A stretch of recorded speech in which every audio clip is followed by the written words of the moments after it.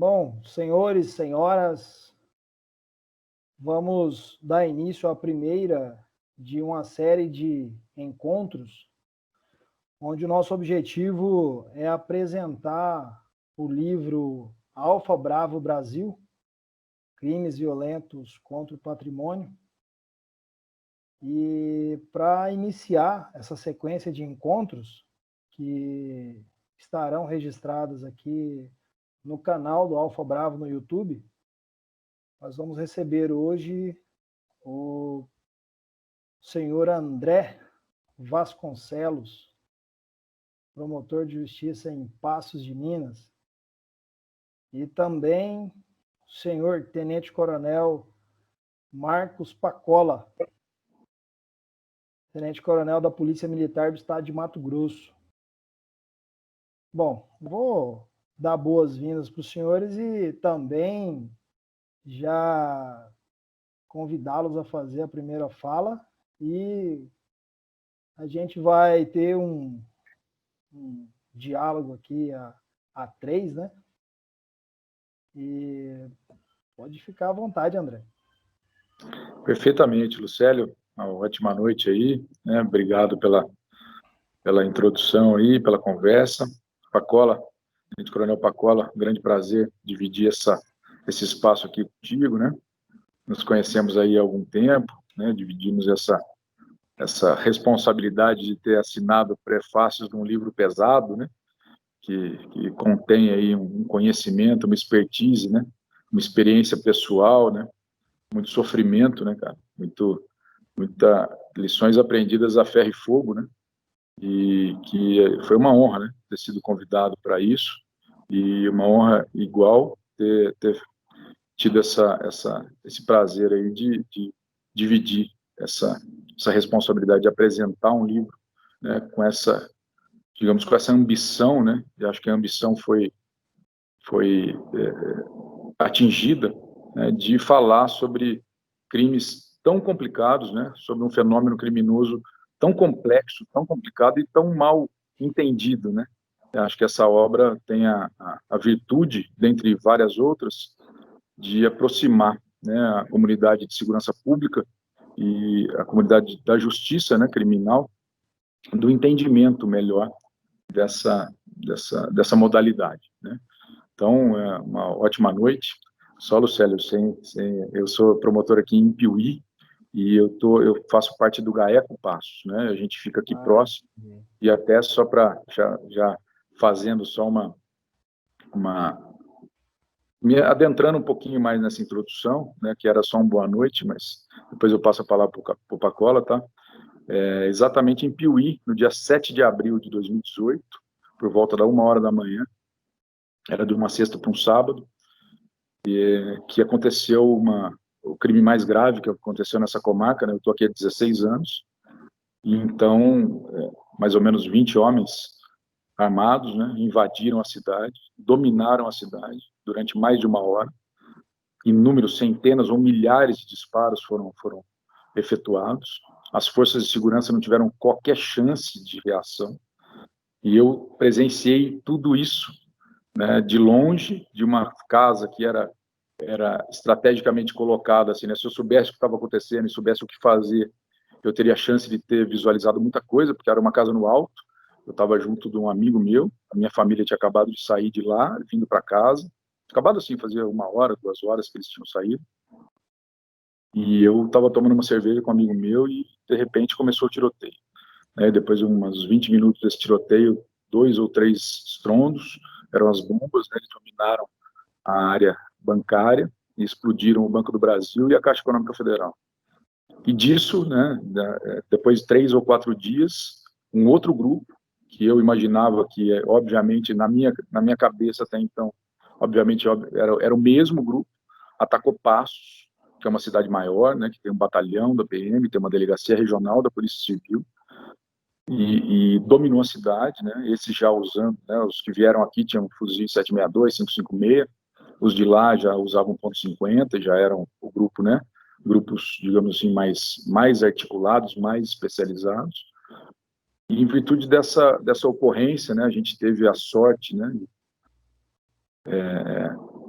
Bom, digamos assim, em Passos, a gente não, por enquanto, identificou muito pouca coisa, né?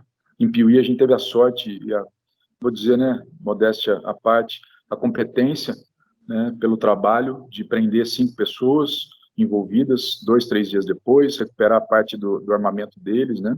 Apreendemos aí 5 fuzis e mais da metade do dinheiro roubado.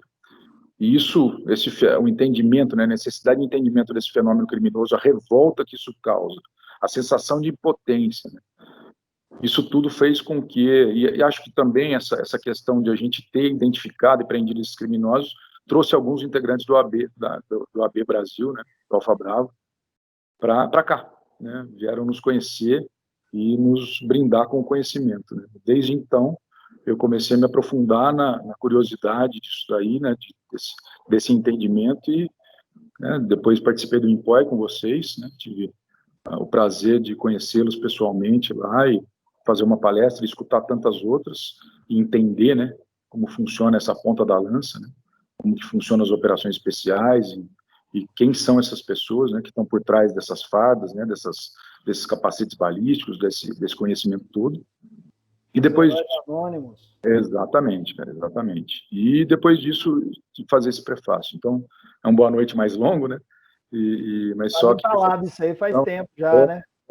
Tá entalado, porque tem uma história ainda para contar, mas depois eu conto, porque senão depois não sobra tempo para contar, tá bom? Uma ótima noite aí, ótima cola. Bom, boa noite, André, ele, meu amigo, irmão, qual dividimos do princípio, né? Ao momento atual. Atualmente, acabei de ser eleito, né, em Cuiabá, vereador aqui em Cuiabá, numa votação difícil, mas com tudo isso, esses 20 anos de história que eu tenho dentro da Polícia Militar, 10 foram dentro do BOP, e desses 10, 6, 7 anos enfrentando, lidando diretamente com o cangaço do começo mesmo, do embrião lá atrás, quando a gente apanhava de todas as formas, sem entender, da mesma forma como o senhor teve o primeiro contato, né? O primeiro contato dele. Nós também tivemos o nosso primeiro contato, vários contatos trágicos, até a gente começar a ter sucesso. Mas... Caveira, deixa eu fazer te interromper rapidinho. Eu vou pedir a palavra, e aí, se você puder, coloca um fone aí, que o seu áudio está sumindo e voltando.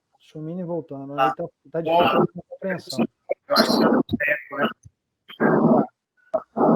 Bom, para dar continuidade nesse encontro, eu acho que é necessário explicar um pouco do que é o Alfa Bravo, quando ele começou e quais foram os passos trilhados até chegar aqui com a produção, organização desse livro aí, Alfa Bravo Brasil. Eu também tive parte da minha história dentro do Batalhão de Operações Especiais. Cheguei lá. Vou pegar o fone e já voltei. Oi? Vou pegar o fone e já volto. Cheguei no Batalhão de Operações Especiais de Mato Grosso em julho de 2009, como aluno do primeiro COESP. O COESP durou até dezembro, e no ano seguinte, a vontade de ir para as operações, né? De fazer esse enfrentamento, esse embate. E aí eu fui, na época, com a mentalidade de querer operar, eu fui punido com a determinação de ir para a inteligência. E depois hoje eu sou muito grato pela oportunidade, que talvez foi o maior desafio profissional e também o que me trouxe mais recompensas no sentido de conquistas profissionais também. E nesse entendimento da dinâmica criminosa, das nossas dificuldades, eu convenci que o Batalhão de Operações Especiais ele precisava de interagir e integrar de fato o mundo da inteligência, né? O mundo da construção do conhecimento. E nós criamos um entendimento de que precisaríamos integrar o GAECO de Mato Grosso. Bom, nesse processo todo eu conheci um colega da Polícia Federal, Ricardo Matias, e então ele me apresentou alguns colegas pelo Brasil que também lidavam com esse crime, com essa modalidade criminosa tão diferente. Então, naquele momento, ou naqueles momentos, a gente pode se dizer que inicia o embrião do Alfa Bravo, né? Para um processo de troca de conhecimento, tive contato com o BOP do Mato Grosso do Sul, com o Coronel Câmara do Goiás, e outros tantos colegas que, se eu for citar, eu vou ficar aqui até amanhã citando. E, bom, tivemos uma reunião em 2013 em Uberlândia, onde, na oportunidade, nós traçamos, né, um percurso elegendo alguns criminosos que precisavam de uma atenção especial. E os frutos começaram a aparecer, os resultados, as apreensões, os confrontos exitosos. Então, paralelo a isso, veio a expansão da comunicação tecnológica através de grupos de mensagem instantânea, em especial o WhatsApp, onde deu-se o nome de grupo, né? Porque lá é grupo, lá a definição é grupo, então o grupo Alfa Bravo, por fazer referência a assalto a banco, né? O A de assalto e o B de banco, então na fonética do mundo policial a gente fala Alfa Bravo. E as ideias elas vão se robustecendo quando nos encontramos com outros colegas que pensam, que têm as mesmas dificuldades. E então fez-se necessário abraçar ideias do tipo de encontros, de reuniões presenciais e também da produção de um livro, né? Esse livro é sonhado há muito tempo. Inclusive, conseguimos só agora por conta da Associação Mato Grossense para o Fomento e Desenvolvimento da Segurança, que é o CNPJ, basicamente, do Alfa Bravo, né? E nesse caminho tivemos o segundo EMPOI, né? Que o primeiro foi no Mato Grosso do Sul, o segundo EMPOI em Mato Grosso, onde alguns colegas do Alfa Bravo participaram. E aí um outro encontro em Fortaleza, que foi no ano passado, onde tivemos a grata satisfação de receber o colega André. E então, agora no segundo semestre de 2020, conseguimos, a duras penas, finalizar a organização e a publicação. Está aqui também. Tá aqui, deixa eu enquadrar certinho. Conta muitas histórias. Eu pensei, melhorou, Caveira? Melhorou, Caveira. Já estou finalizando aqui. Tranquilo. Eu pensei em entrar um pouquinho para dar um panorama geral, mas o objetivo desse encontro é que seja o primeiro de muitos outros, né? E cada encontro ele vai relatar um capítulo. Nós temos 10 capítulos, né? Além do primeiro e do segundo prefácio, que são assinados pelo André e pelo Pacola. Então, quanto ao livro, eu vou ser bem sucinto, inclusive a dificuldade que o Pacola sugeriu, eu vou deixar ele falar da parte dele, provavelmente os colegas vão falar. Eu vou, inclusive, devolver agora, após esse preâmbulo aí, a palavra para o Pacola, que depois de sanada a dificuldade com o áudio, como que está o áudio aí, Caveira? Eu estou ouvindo bem, Melhorou seu áudio, está bem melhor. Bem melhor. Estava dando eco aí. Bom, agradecer essa oportunidade, já de antemão, dizer que as pessoas que estão assistindo essa live não percam a oportunidade, de ler o livro. O livro é um conjunto riquíssimo de experiência, de experiências, na verdade, né, do grupo de pessoas que fazem parte de um seleto grupo de profissionais que atuam fora dos padrões convencionais, que entendem que para algumas missões, fazer além do possível, fazer o que é necessário para que a gente se mantenha como a última barreira do caos, que é o que divide a sociedade de experimentar o sabor mais amargo que o ser humano pode experimentar, que é estar à mercê da criminalidade, né, nesses domínios de cidade, seja nos roubos a banco, enfim. É o sentimento de total impotência do Estado, né, o senhor como promotor de justiça e cidadão, né, fala assim, vê aquele sentimento de impotência, que é o mesmo sentimento que tem os policiais que estão ali naquela situação, que não tem capacidade de enfrentamento direto. Então, aproveitem a oportunidade para ler. Costumo dizer que o conhecimento, ele é uma das poucas coisas na vida que você multiplica quando você divide. E ali realmente não está só sendo dividido e multiplicado o conhecimento, mas está sendo entregue uma parte da vida de cada um que cedeu, né, a sua melhor versão para combater essas organizações criminosas. Então, não percam a oportunidade de ler o livro, mais que a gente fale aqui.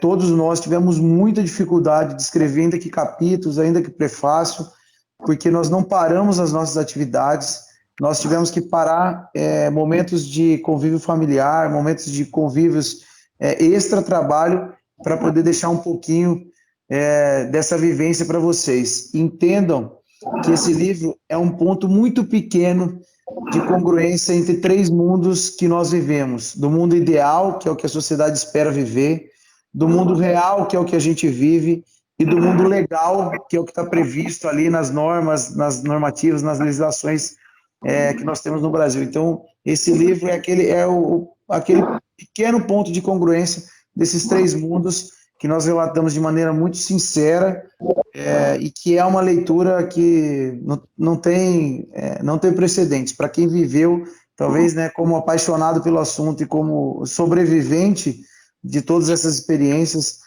me faça ser tão seduzido pelo conteúdo e querer, depois de terminar a leitura, falar, não, vou ler de novo, porque eu tenho certeza que eu vou ter outra visão na próxima leitura. Então, e em especial para mim, que estou indo para essa guerra que a gente classifica como guerra de segundo nível, que é a guerra no campo político. A gente percebe que isso sim vai interferir na vida das pessoas, ainda que agora em nível municipal, mas eu tenho certeza que sou apenas o precursor do Alfa Bravo, que outros bravanianos, né? Outros membros do Alfa Bravo também terão brevemente essa guerra a ser enfrentada, porque nós temos que entender que não adianta a gente só ficar lá enxugando gelo, que esses efeitos que a gente combate ali embaixo precisa ser guerreado no campo físico, no campo político, no campo ideológico e no campo cultural. Então, agradecer a todos pela audiência e, mais uma vez, dizer, não percam a oportunidade dessa leitura. Caveira, é importante dizer que nós teremos livros lá na 5/5. É isso?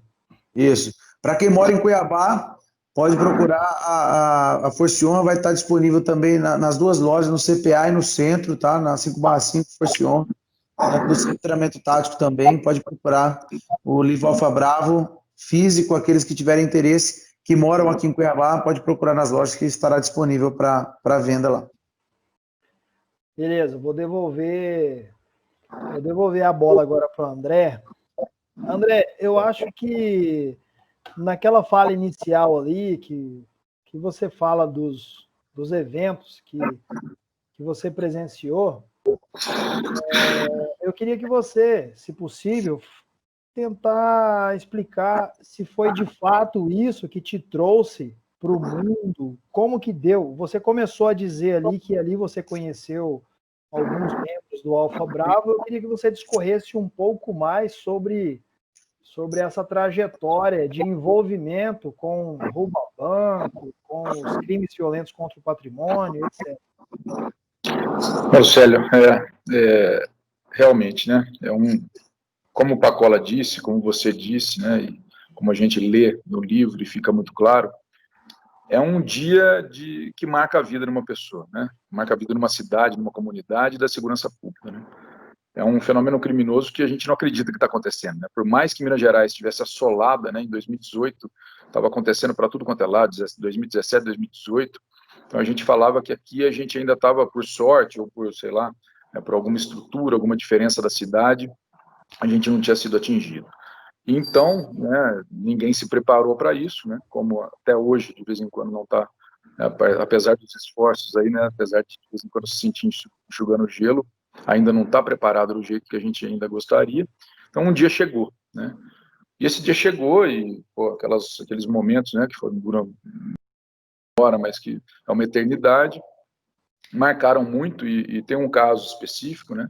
Um policial, um sargento daqui, da Polícia Militar, um sujeito querido por todos, um policial muito querido, assim, muito, muito correto, muito atuante, né? Não é operador especial, a gente não tem tropa, né? Não tem operadores especiais aqui, mas ele foi para o combate, né? Só que a gente tinha aqui eles colocaram, eles pegaram reféns, fizeram escudos humanos, usaram como escudos humanos, né? E ele desceu e foi em direção aos bandidos, né?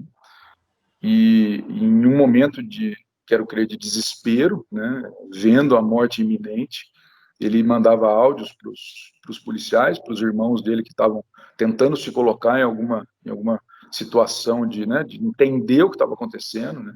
E alguma situação que eles pudessem visualizar algum bandido, saber, né, exatamente a logística que eles estavam usando. E esse policial então falava assim: não, pode vir para cá, para os amigos dele, né, para os policiais, pode vir que a munição deles está acabando, não está com nada não. E tiro comendo na orelha dele, 762, 556, e ele se abrigando e já não conseguindo mais, né, assim, resistir, né, e os bandidos mandando cidadãos correndo para cima dele, para que ele achasse que eram bandidos e atirasse, e ele se conteve. Então, tudo isso é muito tenso, né, porque quando isso se pessoaliza numa pessoa que você gosta, numa pessoa que você vê ali, né, brigando pela segurança pública todos os dias, a coisa muda de figura, né? A coisa ganha a dimensão de vida, de realidade, né? E a gente sentiu essa pessoa, a gente sentiu que a gente ia perdê-lo, né? Que ele ia morrer. E isso foi muito marcante, né? Porque depois todo mundo fala, não sei o que, dá risada, porque os áudios dele chegam a ser cômicos, né? Hoje, né? Depois do que ele falou que a munição estava acabando, que a munição não está com nada, depois disso teve 40 minutos de tiro ainda, né? Só deles, né? Ou seja, que munição acabando, né? Olha só a visão, né? Nem sabia. Acho que ele nem sabia mais o que estava acontecendo. Né? Doutor, me permita aproveitar o gancho para dizer que essa é uma realidade, a gente se mede pela nossa régua, né? E como essa é a realidade dos policiais, ele com certeza ele imaginou, ele falou, bom, se eu tivesse lá, eu ando com 2, 3 carregadores, agora já está acabando, pelo tanto de tiro já está acabando. Então, isso é interessante de o senhor colocar, para deixar claro, quando a gente fala de 3 mundos, do mundo real, o mundo ideal e o mundo legal, é justamente isso. O policial está acostumado a viver naquele mundo dele, na realidade onde ele tem 1, 2 carregadores. Não está acostumado a ver um bandido, por exemplo, que vem com uma mochila de munição extra e 11, 10 carregadores de 30 dentro de uma mochila para poder trocar. Então, só aproveitar o gancho, e se me permita, nesse bate-bola, para deixar claro que às vezes as pessoas olham e começam a rir do policial, achar que o policial nossa, esse policial é burro. Como que o policial que está tanto tempo na rua vai achar que é porque realmente é o que a gente vive? Essa é a realidade de 99% dos policiais que são da atividade ordinária do radiopatrulhamento. Eles não têm capacidade de enfrentamento, não falta coragem, falta estrutura, falta treinamento, falta condições.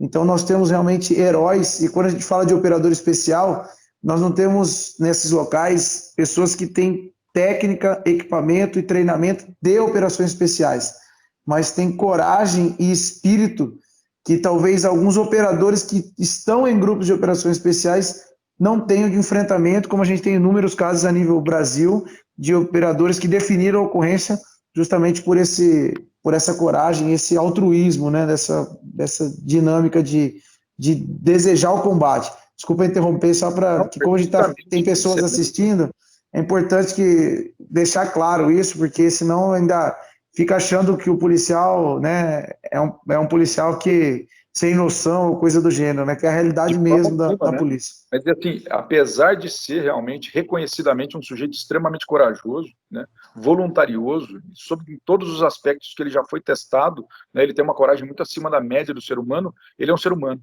Né? Então, naquele momento, com certeza, ele foi acometido de sentimentos muito difíceis, né, de emoções muito difíceis. E isso, essa perspectiva humana do policial, inclusive do mais treinado, do operador especial mais frio, mais tranquilo, né, mais experimentado, a gente tem certeza que a gente não pode perder a dimensão humana. Né?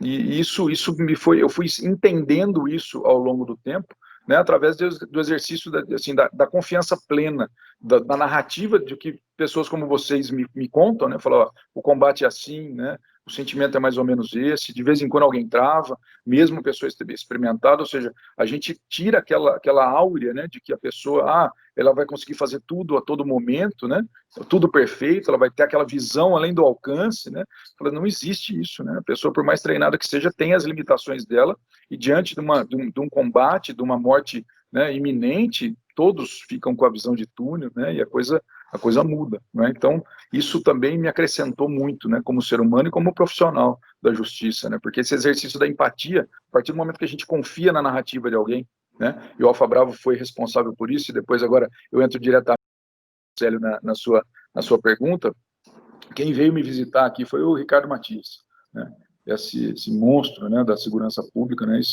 essa entidade, né, da segurança pública nacional que a gente tem aí, né, como um grande apoiador de todos, né, um sujeito que consegue agregar, né, a experiência de combate, a inteligência, né, ou seja, aquele operador especial de inteligência, né, agregar todo, né, integrar numa pessoa só muitas habilidades e muitas pessoas, né, então esse grupo é um grupo muito virtuoso nesse sentido, né, a gente de repente não concorda em tudo, mas constrói muita coisa, né, o conhecimento é muito bem construído, né, a várias mãos, e as discussões e as pequenas discordâncias que são, né, naturais, humanas, elas sempre são positivas, né? Então, aconteceu assim, né, eu me aproximei, depois conheci você, depois conheci o Capitão Kummer, o Dourado, né, ou seja, e tantos outros que eu não vou nomear aqui, porque de repente, né, fica até injusto, e fui conhecendo, né, não só as pessoas, mas os conhecimentos específicos delas,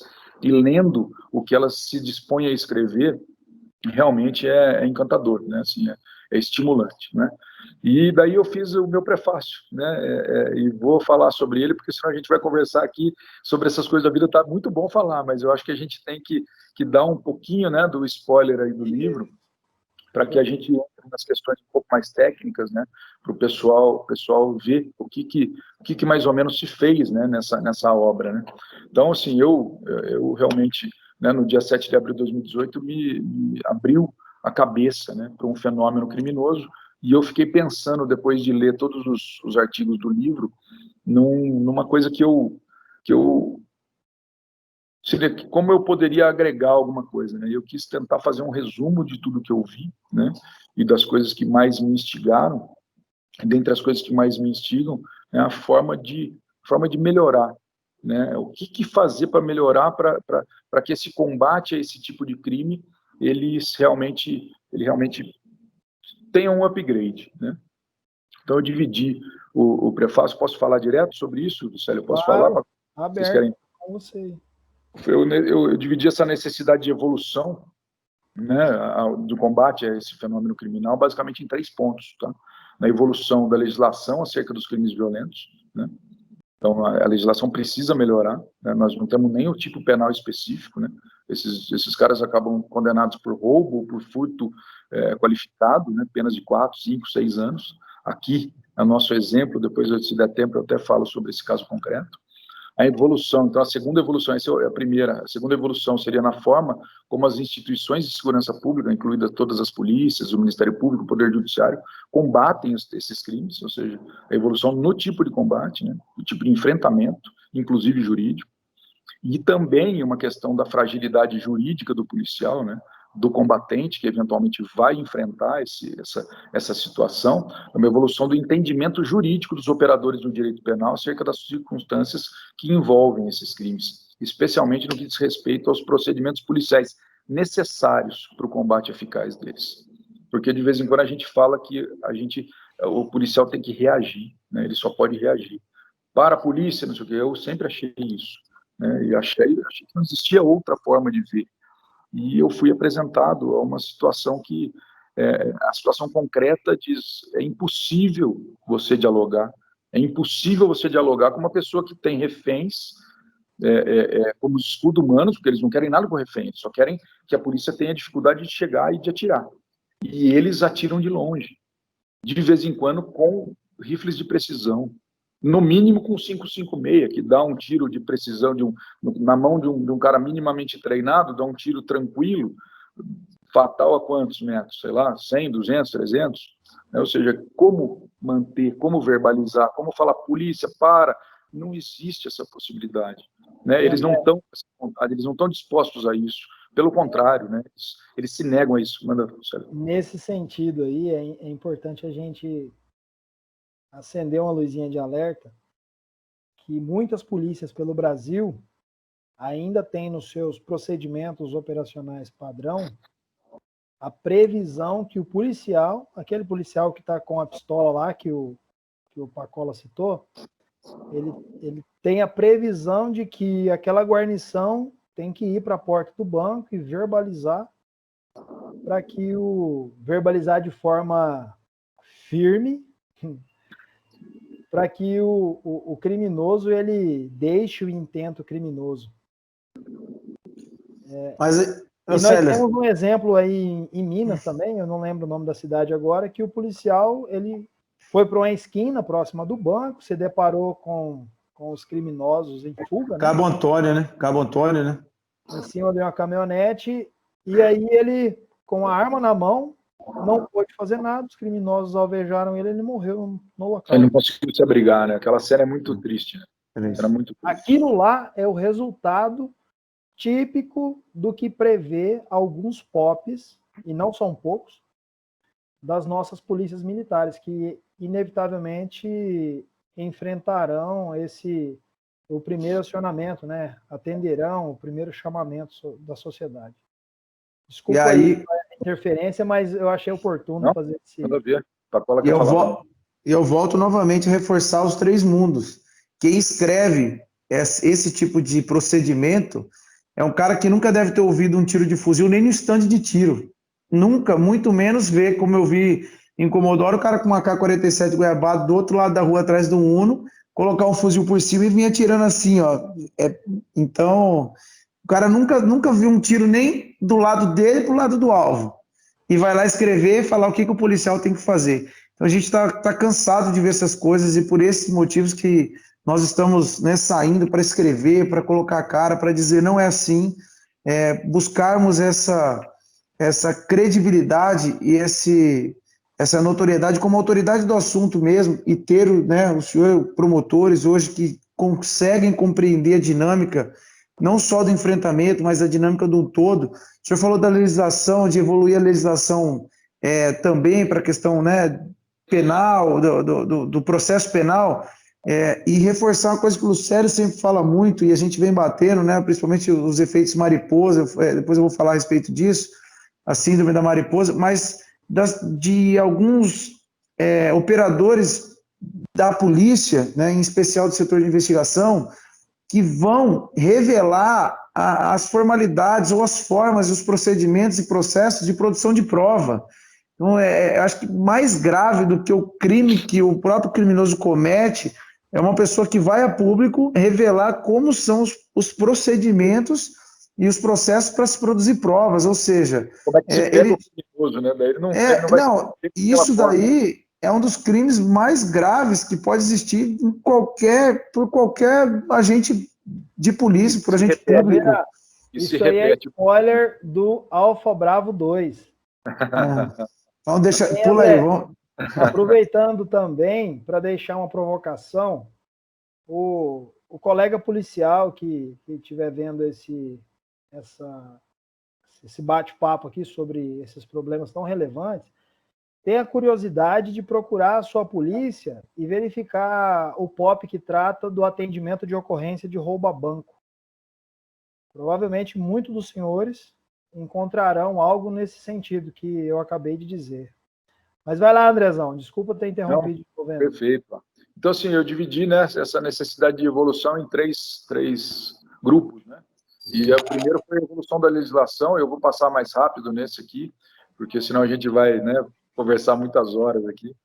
Mas a nossa convicção é de que, atualmente, né, essa adequação típica está muito errada, né, assim, está muito insuficiente, né, porque o bem jurídico segurança pública é muito mais vulnerado, né, por conta, é muito mais afetado em virtude de um grupo que invade uma cidade, né, independente de ser Novo Cangaço, independente de ser domínio de cidades, né, que existem diferenças, né, mas isso a gente nem vou abordar, mas é muito mais vulnerável do que, por exemplo, num roubo à mão armada comum, né, que a gente vê aí as dezenas, né.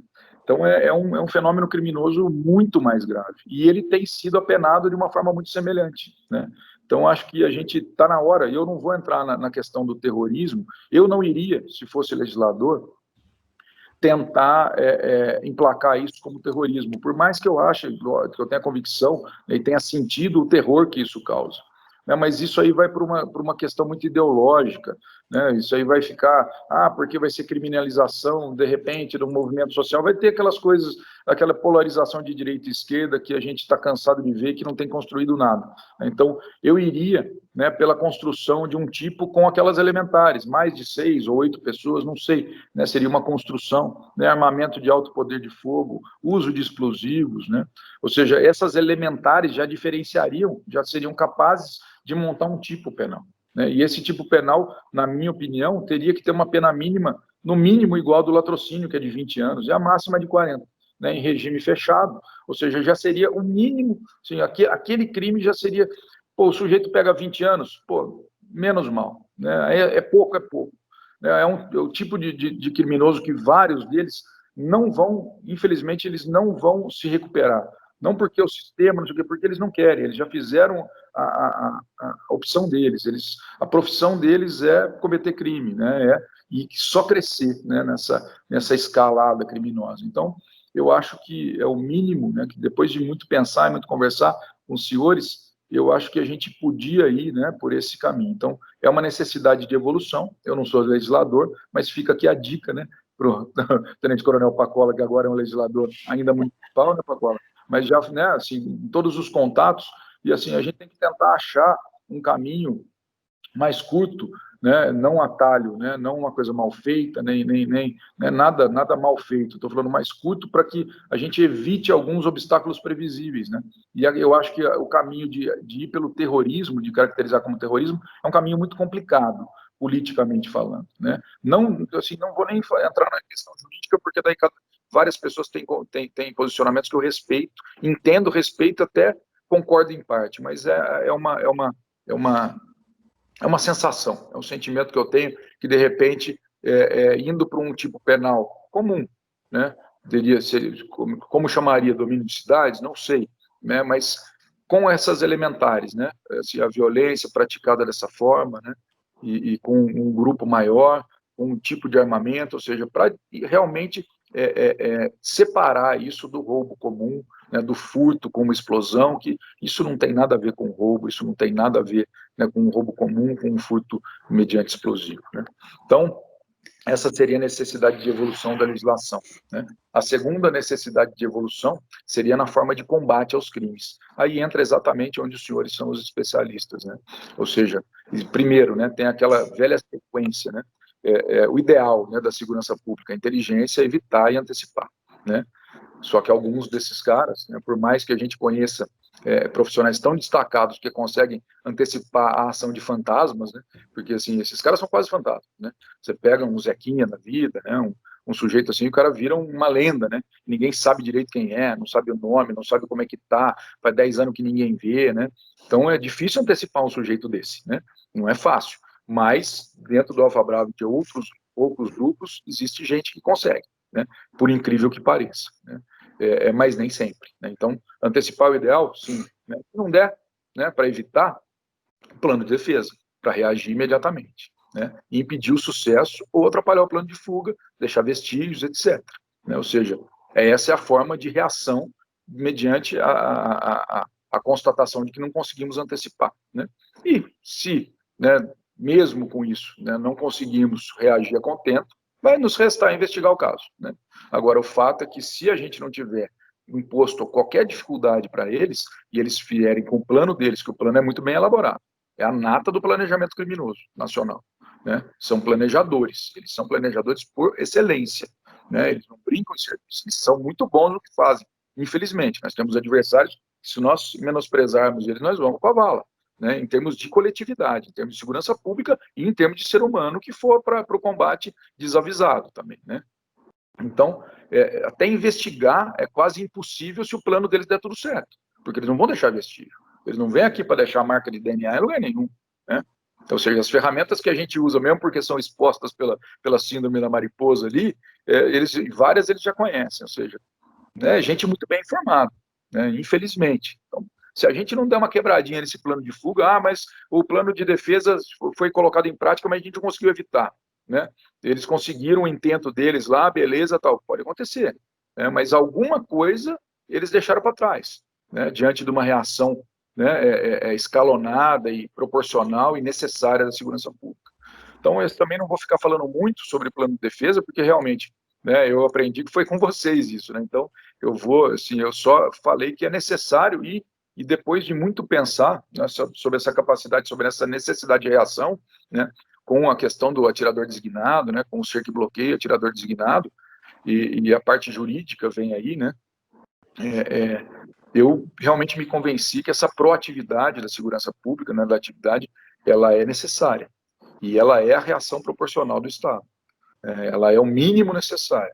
É difícil você dizer que um sujeito tem autoridade e tem o dever de atirar num bandido, né? Para um promotor de justiça, essa é uma construção que não é simples, mas hoje eu tenho uma convicção muito grande disso, né? Uma convicção de que vocês, né, que me explicaram tudo isso, vocês não têm o prazer de atirar em ninguém, mas vocês fazem isso porque é necessário pela sociedade, né? E se vocês não puderem fazer isso, a sociedade fica refém, porque não existe outra forma de combate a esse fenômeno criminoso.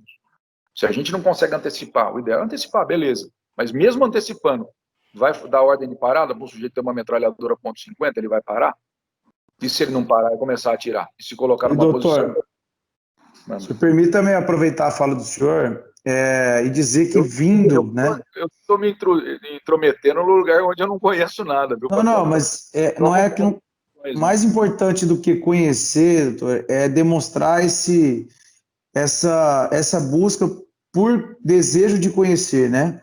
Falo que eu me classifico como curioso esforçado, não sou autoridade ou nem assumo idade em nenhum assunto, mas sou um curioso esforçado.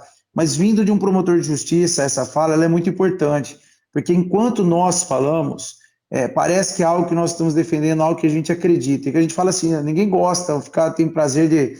mas é a única forma. Mas como é a única forma? Por que você vai ter que atirar em alguém? Você vai ter que fazer... Porque eu preciso quebrar o planejamento.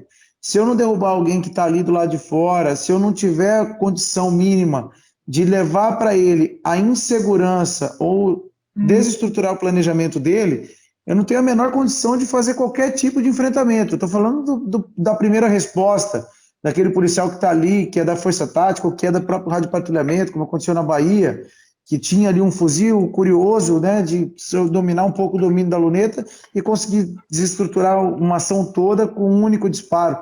Então, muitas vezes, essa fala, quando vem de nós policiais, em especial de quem está nas atividades de operações especiais, não reverbera da mesma forma como vindo de alguém que atua como promotor de justiça e entende que aquele momento é uma das poucas formas que o Estado, e aqui eu não estou dizendo polícia, eu estou dizendo do Estado, promover a justiça. Quando a gente fala de usar dos meios disponíveis e necessários, né, que está lá previsto na lei, quando a gente fala da legítima defesa, usar os meios é o mínimo do mínimo, é o que o senhor falou. Essa palavra é a palavra que precisa ser compreendida.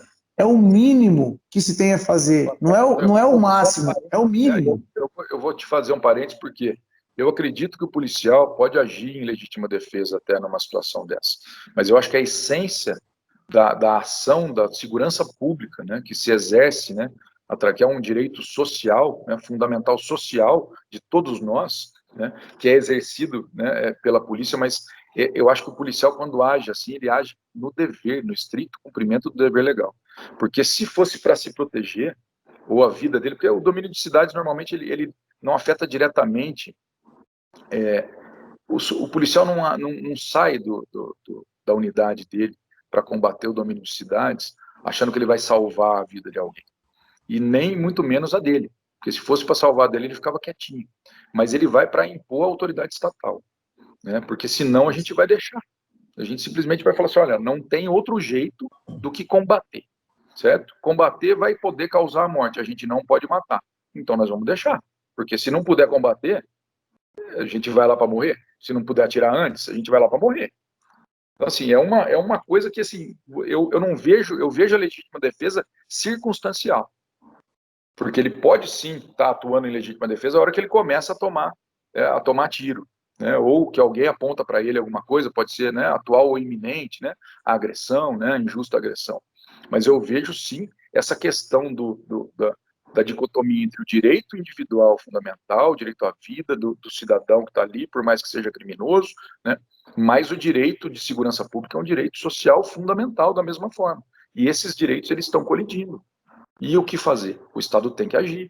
O monopólio da força, né? Acho que o Lucélio fala disso bem no artigo dele. O monopólio da força é uma das essências da existência do Estado. Ou seja, ele tem que usar quando necessário, como você bem disse, quando é o mínimo, de vez em quando. Em alguns momentos, por incrível que isso possa parecer, nós estamos numa sociedade violenta, nós moramos no Brasil, certo? Nós não moramos na Suíça ou em outro lugar que, né, que eu não conheço, mas que beleza, nós estamos numa sociedade violenta. Então, só que nós estamos diante do fenômeno criminoso mais violento, da extrema violência, do desafio da autonomia, da soberania estatal, do uso da força. Ou seja, é um momento assimétrico ali, né? Eu digo aqui, né? Eu faço até falar, os melhores técnicos no assunto afirmam que não é adequado mandar a tropa comum, menos treinada que os policiais de operações especiais, para combate no teatro de guerra assimétrica, montado e planejado a gosto dos criminosos. Ali, naquele momento, durante aquele intervalo temporal, os bandidos tendem a estar mais preparados, técnico e numericamente, que as forças convencionais de segurança pública capazes de reagir. Daí, assim, né, incorporando o que eu entendi, a energia e a vontade de reação da tropa, eu estou fazendo peguei alguns apanhados aqui de alguns parágrafos que eu fiz ali e copiei aqui para eu dar uma lida, tá bom? Então, a energia e a vontade de reação da tropa devem ser canalizadas para fazer o cerco e bloqueio, anterior e minuciosamente planejado pelas forças de segurança pública, e os atiradores designados farão o papel de tornar a ação e o plano de fuga dos criminosos menos ordenados. É isso que funciona na prática. E é essa teoria que deve se desenvolver, conforme os demais artigos do livro explicarão com necessário detalhamento.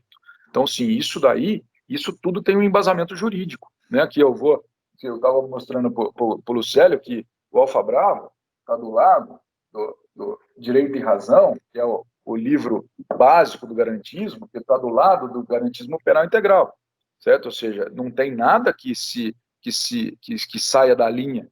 Tudo aqui é possível se entender. Existe uma linha tranquila de pensamento, não é uma linha criativa, não estamos fazendo malabarismo jurídico para chegar nisso. Estamos fazendo uma linha que, na minha opinião, é muito simples, né? Está escrito ali e não tem segredo.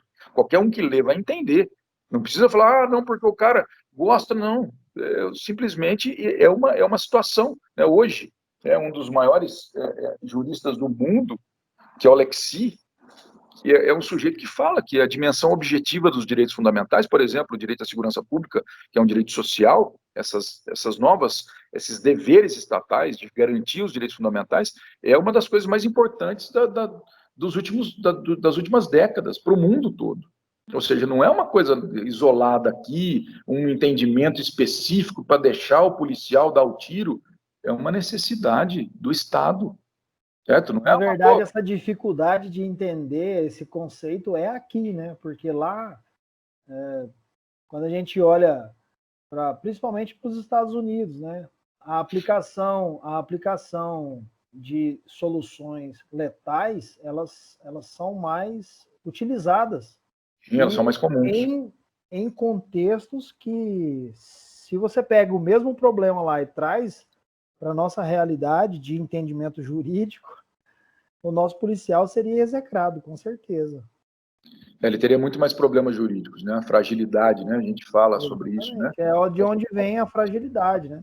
A fragilidade jurídica, né, do operador. E essa é a terceira, né? A terceira necessidade de evolução que eu citei nesse prefácio, e que eu leio, né? Assim, que eu tirei de todos os artigos, que é a necessidade da evolução no entendimento jurídico dos operadores do direito penal acerca da conduta policial no combate, né? Que isso tudo tem base exatamente nessa situação, dessa colisão, né, entre direitos fundamentais individuais, direitos fundamentais sociais e a necessidade do Estado fazer o que precisa ser feito, né? Ou seja, o Estado é o garantidor de segurança pública. A polícia é a quem está incumbido o dever de garantir a segurança pública, em nome do Estado. E ao policial cabe esse dever concreto, sob pena de omissão, juridicamente relevante, inclusive. Ou seja, fica numa encalacrada, né? Então, assim, até o Zaffaroni, o Pierangeli, que são tidos como autores garantistas e tudo mais, eles falam, pô, na verdade, o homem, o policial, nesse caso, ele é mediatizado pela própria ordem jurídica. Ou seja, ele age em nome da ordem jurídica. Certo? Ele age até acobertar, ele entende o estrito cumprimento do dever legal como uma causa de atipicidade total mesmo. Né? Nem de excludente de ilicitude, nem nada, é uma atipicidade total, uma causa de justificação. Ou seja, ele não é excludente de nada, ele justifica porque ele impõe. Ele não te dá um direito, ele te impõe um dever. André? Né? E esse dever é do Estado, só que o homem é que, né, aquela questão, a pessoa jurídica não age, né? Quem age é a pessoa física, né? Então, assim, isso de vez em quando fica meio, né, digamos, meio chatinho na parte jurídica, mas não, é mas isso. eu queria fazer uma observação que é para tentar tornar essa teoria sua um pouco mais prática. Sim. Ou mais entendível, né? Perfeito.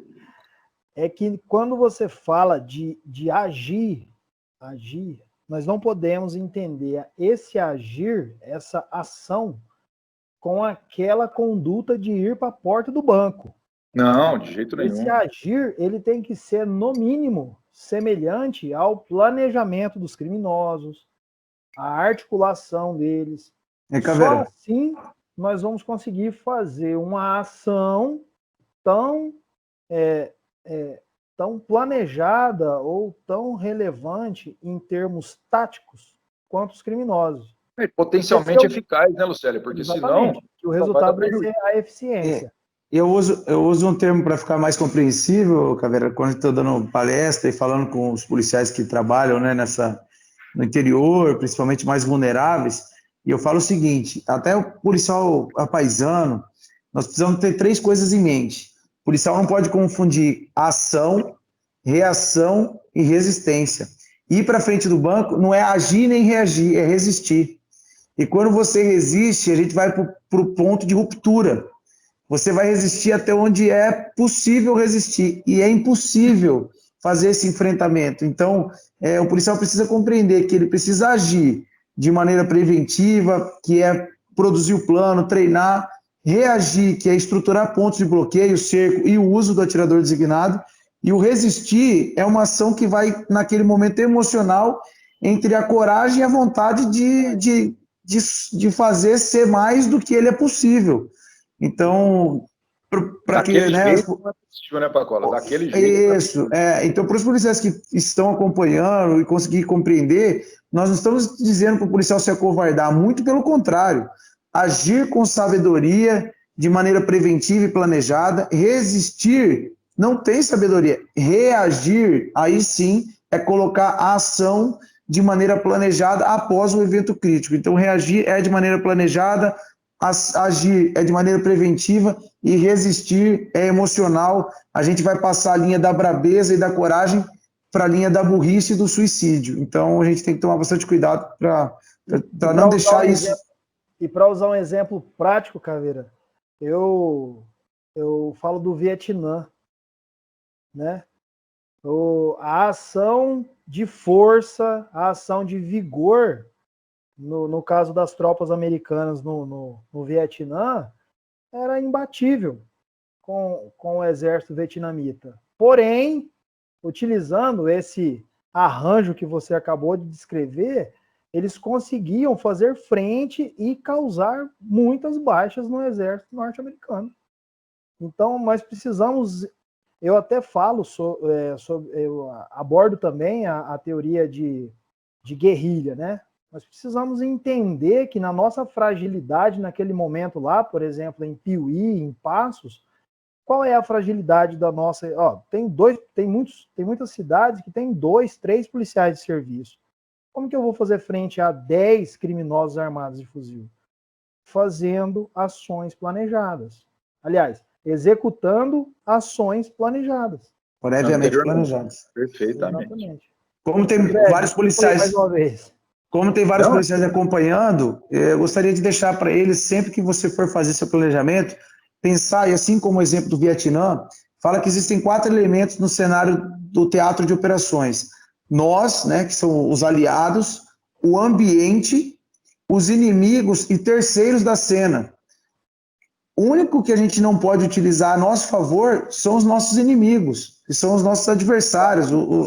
Mas o terreno, que é o ambiente, e inclusive os terceiros da cena, que pessoas devidamente treinadas também podem colaborar com o processo organizacional reativo, são todos elementos a nosso favor. Mas para atuar a nosso favor, precisa de uma palavra que é essencial para esse tipo de ação: planejamento. E planejamento precisa ser treinado e executado para se tornar realmente uma reação efetiva. Então, só para a gente complementar, como tem muitos policiais que com certeza estão nos acompanhando e vão assistir esse vídeo, lembrar sempre, for fazer o seu planejamento, leve em consideração os 4 elementos e que o único que você não vai ter controle é sobre o seu inimigo, vamos chamar assim, né, que é o elemento adverso, mas o ambiente, a sua equipe, os seus aliados e os terceiros da cena, você consegue sim, de maneira planejada, trabalhar sobre a condução e utilização desses elementos a favor do combate. Ajudou aí, doutor? Perfeitamente, né? Estou falando assim, como diz, né? Cada um, né? A gente é obcecado, né? Na verdade, por alguns aspectos, né? Do mesmo assunto, né? Então, assim, eu já tinha passado da parte da evolução do combate, mas eu já tinha certeza que alguma hora vocês iam voltar nisso, né? Então, assim, isso... Mas fora a brincadeira, isso aí é exatamente isso, né? Vocês sabem o que deve ser feito. Só que essas doutrinas, elas não estão ainda prevalecendo, né? O plano de defesa, ele, por exemplo, com o atirador designado, ele não está prevalecendo ainda em muitos lugares, né? Em muitos estados. E a PM, né? Que é a nossa força de reação imediata, né? A tropa talhada para isso, né? Vocacionada e que tem, né? Essa número suficiente de tropa, né? Uma tropa grandiosa o suficiente para fazer esse trabalho. Em alguns estados ainda se resiste muito a fazer isso. Então fica naquele, daí o comandante fica com medo, né, de falar que o policial não, de estimular, né, ele fica pressionado a estimular o policial a ter coragem, mas de vez em quando ele fala, não, tem que ir para lá e dar uns tiros, mas dar tiro de ponto 40, isso daí. Então assim, eu escutei de vocês e para mim hoje também, isso é desesperador de vez em quando, porque a gente conversa com alguns comandantes que estimulam só esse voluntarismo. E não dá para ser voluntarioso com bandidos tão profissionais, né? E aí que entra também essa questão, voltando para o aspecto jurídico, né? O que a gente está dizendo aqui é de proporcionalidade, né? Eu vou só ler uma parte do Robert Alexy, que é esse cara que eu falei, né? Esse doutrinador, né? Internacional, que é uma referência mundial. Ele diz o seguinte: o dever do Estado de proteger os direitos de seus cidadãos obriga-o a produzir uma medida tão ampla quanto possível desse bem, dessa proteção. Isso, porém, não é possível sem intervir na liberdade daqueles que prejudicam ou ameaçam a segurança pública. Ou seja, é a mesma coisa que o garantismo penal expressa, principalmente nessa vertente que eles chamam de garantismo penal integral, que é uma leitura, na minha opinião, muito mais correta do garantismo penal, que foi importado meio enviesado para cá, né? Ou seja, essa mesma preocupação, qual seja, que é o equilíbrio de proteção de todos os direitos e deveres fundamentais, os individuais e os coletivos, de dimensão subjetiva e objetiva, previstos todos na Constituição. Então, quando a gente age em nome do Estado, mesmo com medidas proporcionais, sempre proporcionais, esse é o ponto que eu queria chegar, é a proporcionalidade. Uma coisa é um sujeito vir aqui na minha casa, roubar meu botijão de gás, e quando ele estiver saindo, eu dar 5 tiros nas costas dele. Isso é uma coisa. Outra coisa é eu dar um tiro de fuzil na cabeça de um sujeito que está em frente da agência bancária, explodindo a cidade. É outra coisa. É o que a gente fala. Um molequinho de boné que estava indo embora. Eu estava com a situação dominada por conta de um patrimônio de R$100, R$80, né, que custa um botijão de gás. Por mais que me revolte o fato dele ter entrado na minha casa e tudo mais, é muito polêmico, é muito difícil, é quase impossível, na minha opinião pessoal, né, e no meu entendimento jurídico, eu dizer que você pode dar esse tiro. Que você pode dar 1, 2, 3 tiros nas costas ou na frente de um sujeito desse que, em tese, estaria desarmado se eu tiver a segurança necessária. Sempre vai ser caso a caso, sempre vai ser. Porque se ele entrou lá para roubar um botijão de gás, então ele não pode estar armado, uma faca, de alguma coisa? Bom, é outra situação, né? Eu estou falando dessa situação específica, mas são, vamos dizer assim, é uma reação, né? É uma reação de alguém, digamos, até da segurança pública, diante de coisas diferentes, ou seja, é uma proporcionalidade de acordo com o fato concreto. O último exemplo, Araraquara, né? Madrugada Agora, de hoje. Eu nem tenho muitos dados, né? Fiquei, um monte de grupo ficou focando ali, mas nem sei direito o que aconteceu, mas parece que foram horas também, né? E Araraquara é uma cidade que eu conheço, cidade grande, né? Cidade com segurança pública, com certeza, muito, bom, uma estrutura grande, né? André, a conversa tá boa, mas só para a gente não se perder no tempo, qual que é nosso tempo já de conversa aqui? Cara, eu de verdade, Lucélio, eu acho que quase 1 hora, né? Mas eu posso finalizar, então? Vou pro finalmente. Não, tá tranquilo, a conversa tá boa, tá tranquilo. É só para a gente não se perder e ficar uma coisa muito extensa, porque a mensagem tem que ser um pouco mais objetiva. Concordo plenamente. Não quero ser cansativo, né? E deixar o pessoal ler o livro, né? Não se cansar tudo aqui, né? Mas é assim, só fazer uma leitura de umas citações aqui, e trata-se essencialmente, como eu disse, de respeitar o princípio da proporcionalidade. Nós estamos diante de um fenômeno criminoso totalmente extraordinário em termos de gravidade. Então, o Estado deve agir sem excessos, mas também simultaneamente de forma que a proteção da segurança não seja insuficiente. Existe um princípio que chama princípio da proibição da insuficiência, né? Ou seja, deve ser evitado, bem como a insuficiência. Deve ser evitado o excesso, bem como a insuficiência na promoção da segurança pública. Isso é o X da questão, né? Na minha opinião, juridicamente, esse é o X da questão. Daí uma conclusão, né? Quanto maior a ameaça à segurança pública, maior pode e deve ser a reação estatal. Eu não conheço nenhuma outra ameaça tão grande à segurança pública, num fato determinado, num momento, né, num curto espaço de tempo, quanto um domínio de cidades. Eu não conheço nada daquele tipo, nada. Nunca ouvi falar, nem sei se mundialmente existe, né? Alguns atos de terror, mundo afora, podem ser comparados. No Brasil, fenômeno criminoso que eu estava fazendo a alegação final agora do fenômeno do crime que aconteceu aqui em 2018.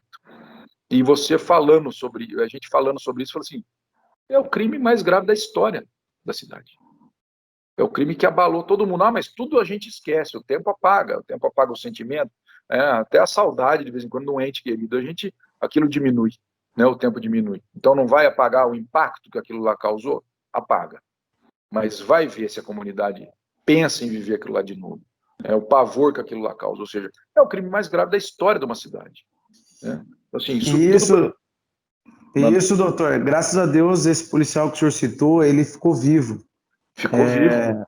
Na parte que eu fiz, né, prefaciei, falei de 2 casos de policiais que morreram justamente pelo que o Lucélio falou, do policial ultrapassar, ele é sequestrado emocionalmente a ponto dele não aceitar a possibilidade daqueles criminosos subjugar todo o sistema de segurança, justiça ali, e fala, não, eu prefiro morrer do que perder a honra.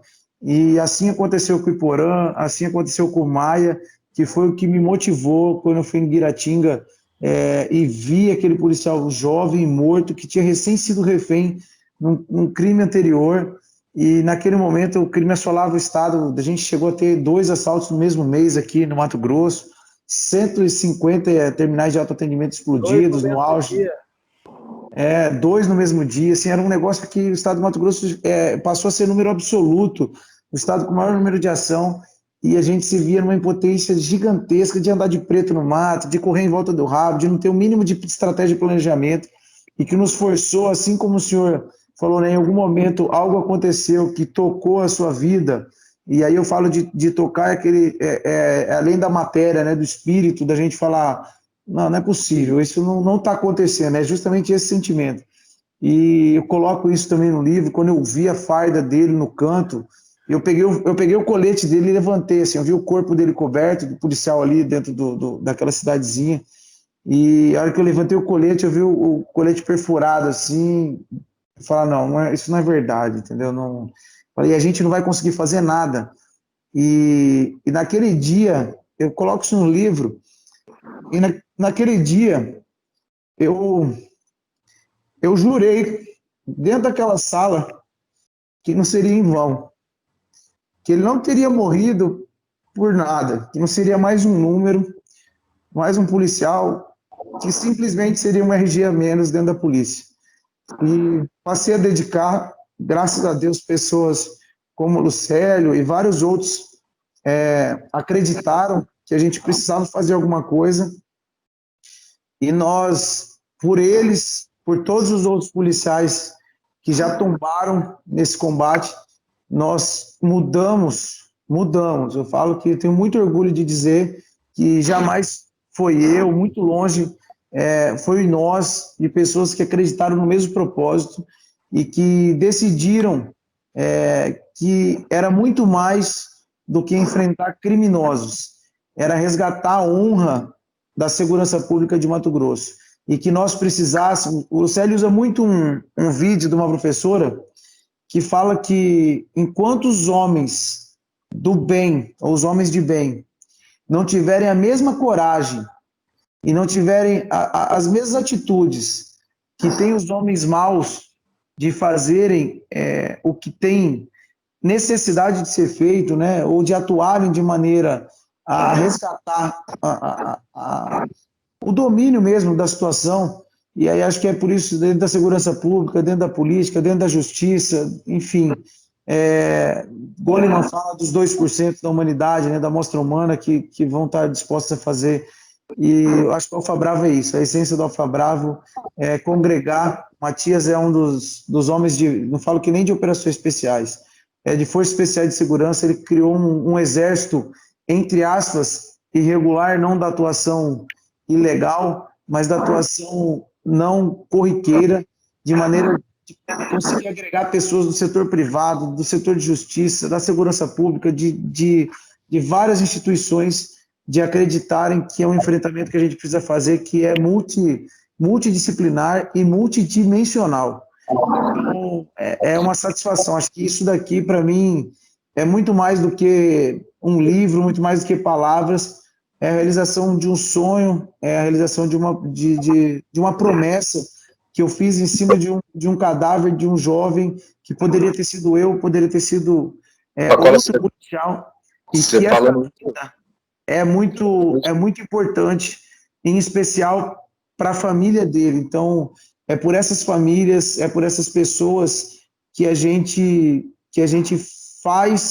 fez e faz tudo isso. Não é por notoriedade, não é por referência, não é por absolutamente nada, porque se fosse eu gostaria que as pessoas fizessem por mim exatamente isso que a gente fez, e não é pela sociedade, que não é palpável, é por pessoas. E a segurança pública, ela precisa evoluir. Eu vou te contar, assim, essa emoção que você sentiu aí, que logicamente a gente sentiu junto, né? É muito difícil. Como você disse aqui, o nosso sargento aqui sobreviveu, né? Deus botou a mão na cabeça dele ali e decidiu que não era ele, aquele dia não era o dele. Mas quando a gente fez aqui um evento de plano de defesa, depois de um tempo, depois de um ano, 2 anos, um ano, em 2019, não, foi 2019, e que veio o comandante do BOP local, o comandante, o coronel CPE, né, veio bastante gente aqui, e o capitão Souza, do Mato Grosso do Sul, que veio ministrar, né, vocês conhecem bem, veio o grupo dele. E quando a gente foi narrar, né, a gente fechou, eu e os policiais locais aqui, fechamos o evento exatamente narrando a nossa emoção. E a gente graças a Deus a gente não perdeu o nosso amigo, nosso parceiro de segurança pública aqui, que teve o risco de vida, mas só de imaginar o que ele passou e o que ele podia ter acontecido, todos nós ficamos com os olhos marejados. Nós estamos falando de uma coisa que não aconteceu nada.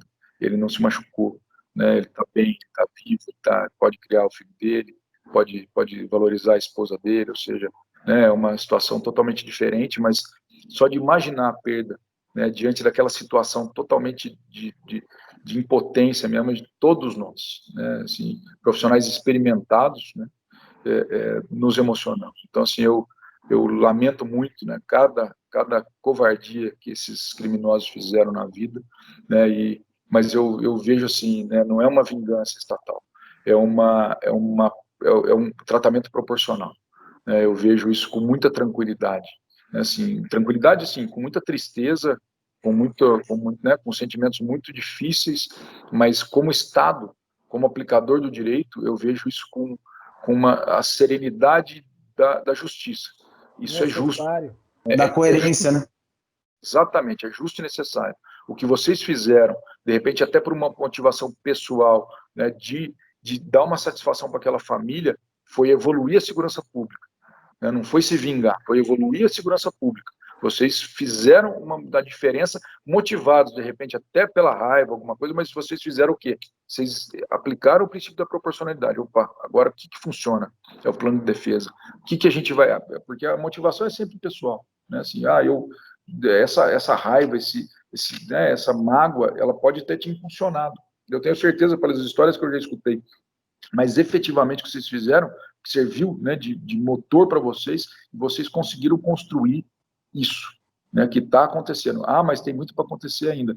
E essa história desses cidadãos que foram interrompidos, desses agentes de segurança pública, ainda vão nos motivar a fazer muito mais coisas, né? Ou seja, em prol da sociedade. Né? É isso, cara. Assim, é difícil, hein? É duro. É um pouco experimentado, assim, é duro, né? Mas o último fato semelhante foi a morte do Jardiel lá em Aragarças, Goiás, né? E cumprindo esse dever e com o mesmo sentimento, a polícia do Goiás até fez lá uma justa homenagem à polícia da Bahia, né? Porque a quadrilha do Jardiel Cabeção tinha executado lá a sangue frio 2 policiais militares na cidade de Bom Jesus da Lapa, se eu não me engano.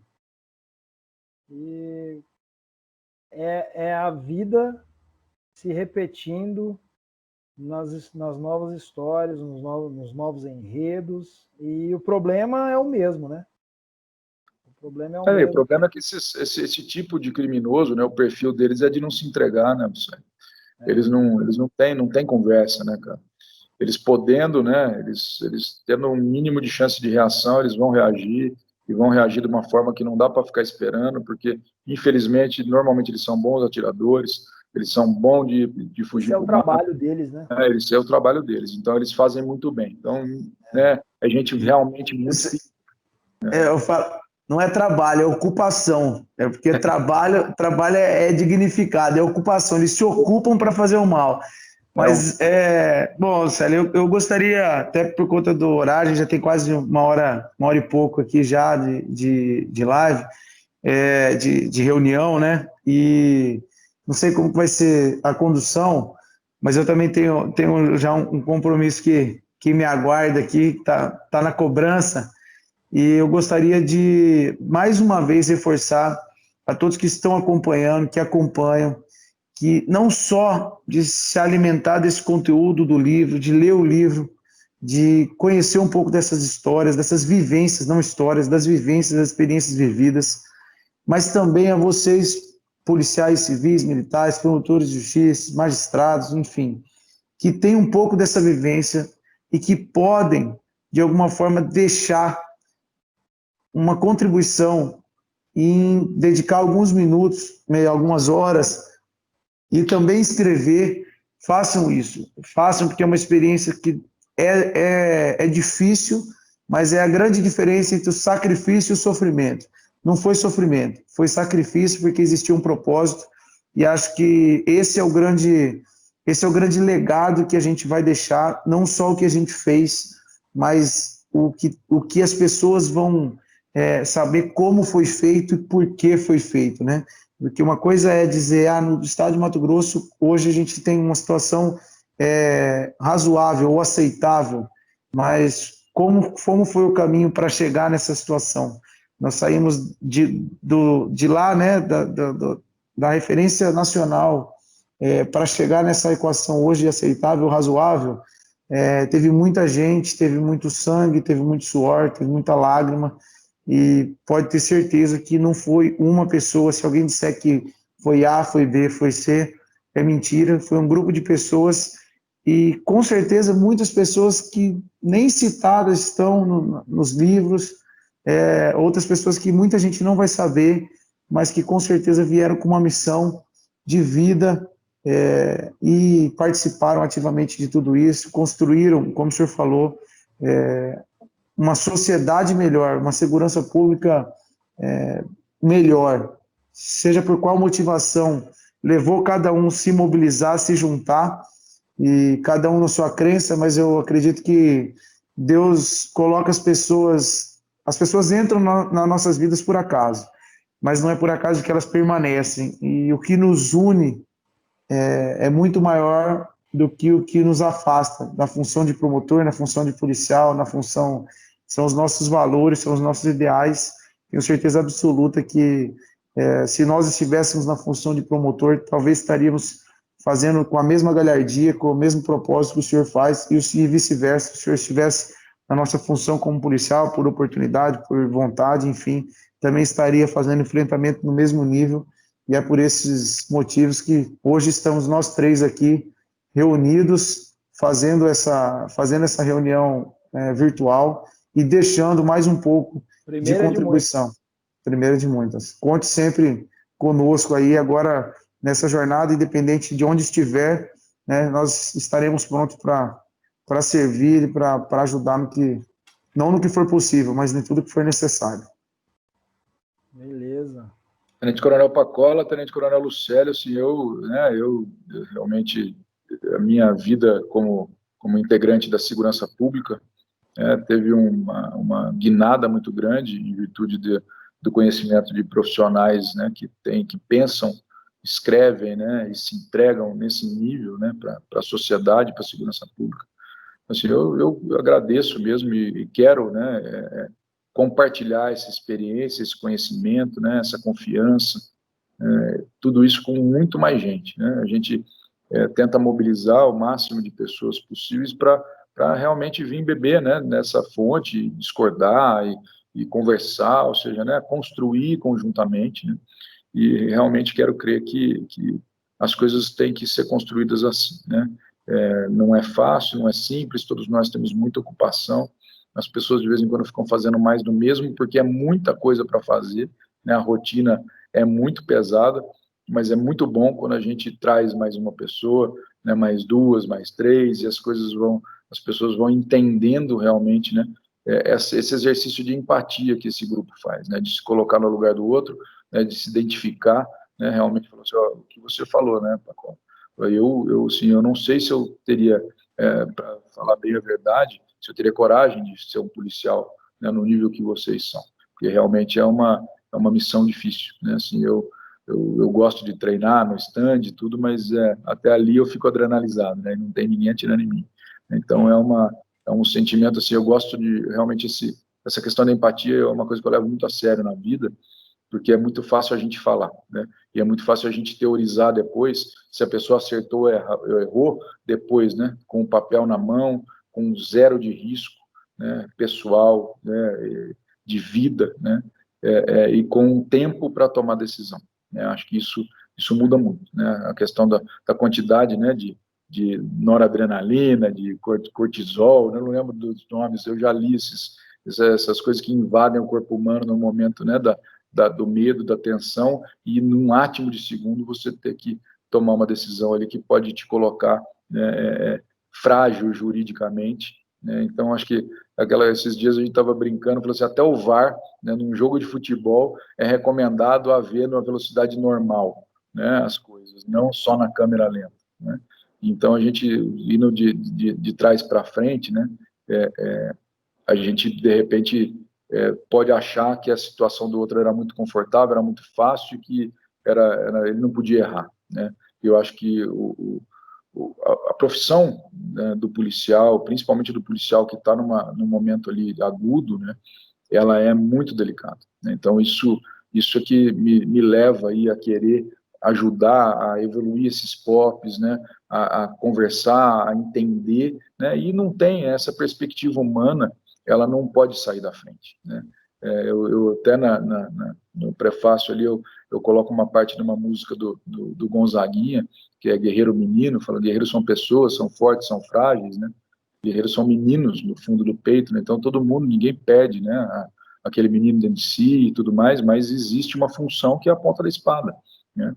Só que é uma ponta da espada que, além de espetar, pensa, né? Então isso me traz uma admiração, né, por essa tropa toda aí, espetacular, né? Assim, não é fácil, né? Não é simples, assim, logicamente também não dá licença para um ou outro, né, o sujeito maldoso querer resolver as coisas, beleza, né? Então, assim, infelizmente eu já tive o desprazer de processar policiais que cometeram covardias, né, inomináveis, mas até hoje na minha vida, né, são 20 anos quase de profissão, isso foi exceção, né, isso graças a Deus. E dentro desse grupo, né, que eu vejo, né, de pessoas que mobilizadas a realmente evoluir a segurança pública, eu tenho certeza que isso não acontece, né? Então, é isso, é um testemunho aqui, uma conversa, né, bem informal mesmo, mas do fundo do coração, né, assim, uma admiração muito grande, né, pelo que vocês fazem pela sociedade, a minha incerteza sobre o fato de que eu realmente conseguiria exercer a função de vocês. Eu tenho certeza que vocês conseguiriam exercer a minha, né, com um pouco de estudo jurídico, tendo assim, né, se preparando, a vida prepara, né, não vou dizer que seja simples, mas ela admite um pouco mais de reflexão, né? Ela dá oportunidade a mais reflexão num ambiente seguro, né? Então isso é a diferença grande, né? Isso realmente não é a mesma coisa, né? Tem níveis de dificuldade na vida, né? Vocês se impuseram níveis de dificuldade realmente extremos, né? E ainda mais querendo combater esse tipo de criminoso que é a nata, né, cara, do planejamento e da operação. Eles são os operadores especiais, né, Do da crime. bandidagem, né, exatamente. Senhores, posso ler aqui um final do que eu escrevi aqui sobre essa situação de dever e tudo mais, e com a parte da defesa, eu faço uma citação aqui, né, fala, para cumprir sua missão, o policial não deverá agir a esmo, mal armado, sem respeitar o procedimento operacional e confrontando abertamente o inimigo que estará em superioridade de forças. Deverá agir obedecendo a um plano de defesa bem feito, com atiradores designados, ocupando seus locais e autorizados a fazer os disparos possíveis e necessários, enquanto o restante da tropa estará, com toda a energia, preparando o cerco e bloqueio para rastrear e dificultar o plano de fuga criminoso e, com isso, permitir que os operadores das forças especiais cheguem e a assimetria mude de lado nesse conflito. Então, é esse o nosso desejo, né?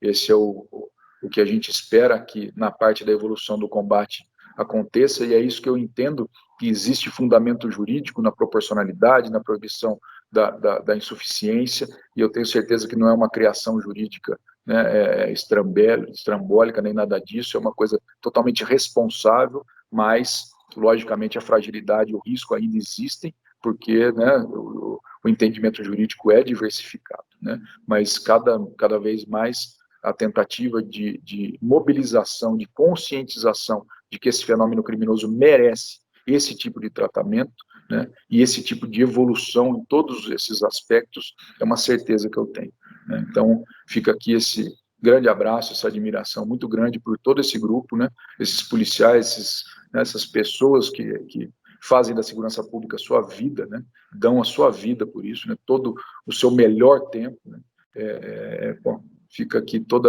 esse reconhecimento, né, o desejo de que mais pessoas queiram, né, se embrenhar por esse caminho, né, cara, por esse caminho de realmente tentar fazer o melhor de si pela segurança pública, né? É possível, nós sabemos que é possível, né? Isso nos impulsiona, né?